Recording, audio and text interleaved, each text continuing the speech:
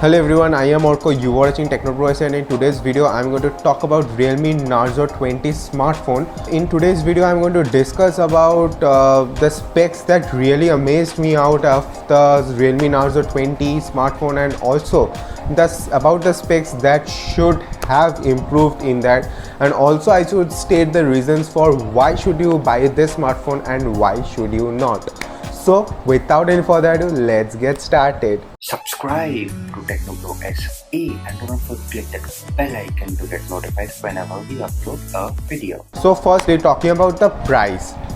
This product is priced at 10,499 rupees, and the 6GB RAM with 128GB variant is priced at something around 12,000 rupees.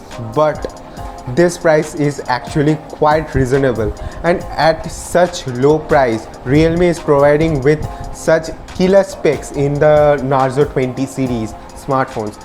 Like in the display, it is giving IPS LCD display with 6.5 inches of screen size and with an HD plus display support. And now talking about the processor, it is giving Helio G85 processor, like a gaming processor within 10,000 or 12,000 rupees. It is quite unimaginable. Like a few other smartphones also have the gaming processor, but Realme giving gaming processor, and also there are some other specs in it also that will amaze you out too. Like the most important feature in this smartphone that I liked is the battery.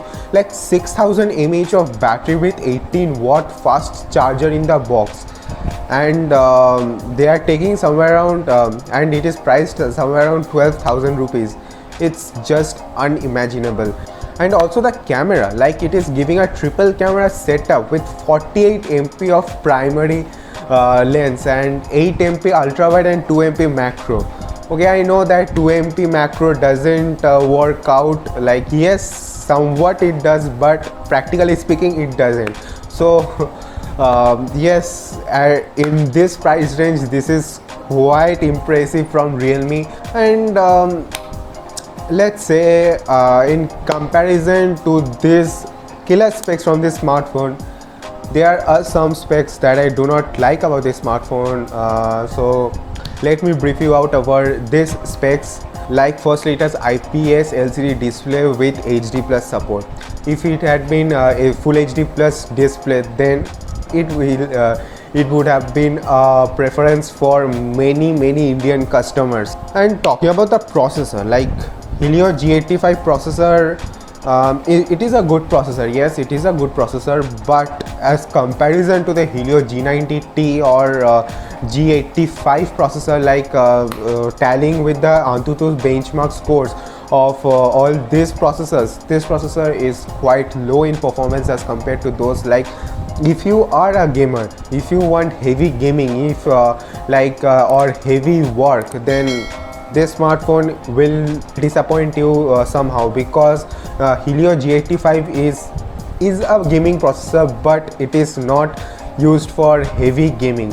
Like daily work or average work, it will run smoothly, but you will going to see lags and many other heating issues in this smartphone if you use it like for heavy gaming or heavy work or constant usage for like 2 days, 3 days, and so on, like with charging, of course. So, and also the storage support, eMMC 5.1 storage support.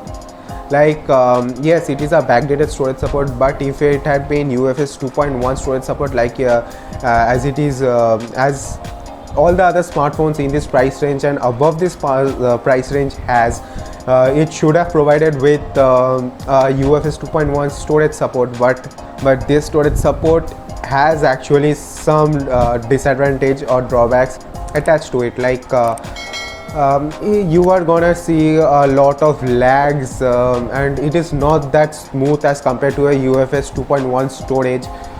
So tallying with the price range, it is good.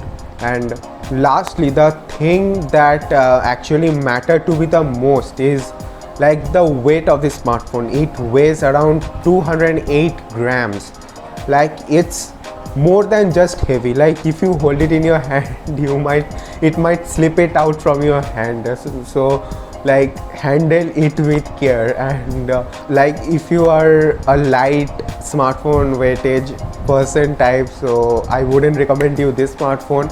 Considering the performance and the battery usage, it's gonna make up to you.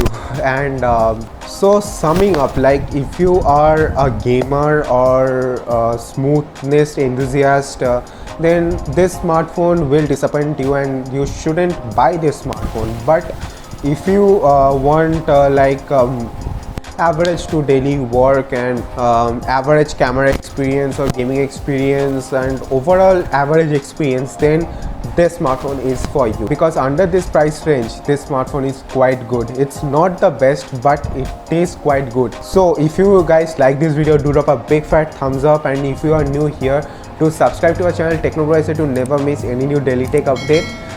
So this was it for today. See you in the next video. Bye. Yeah.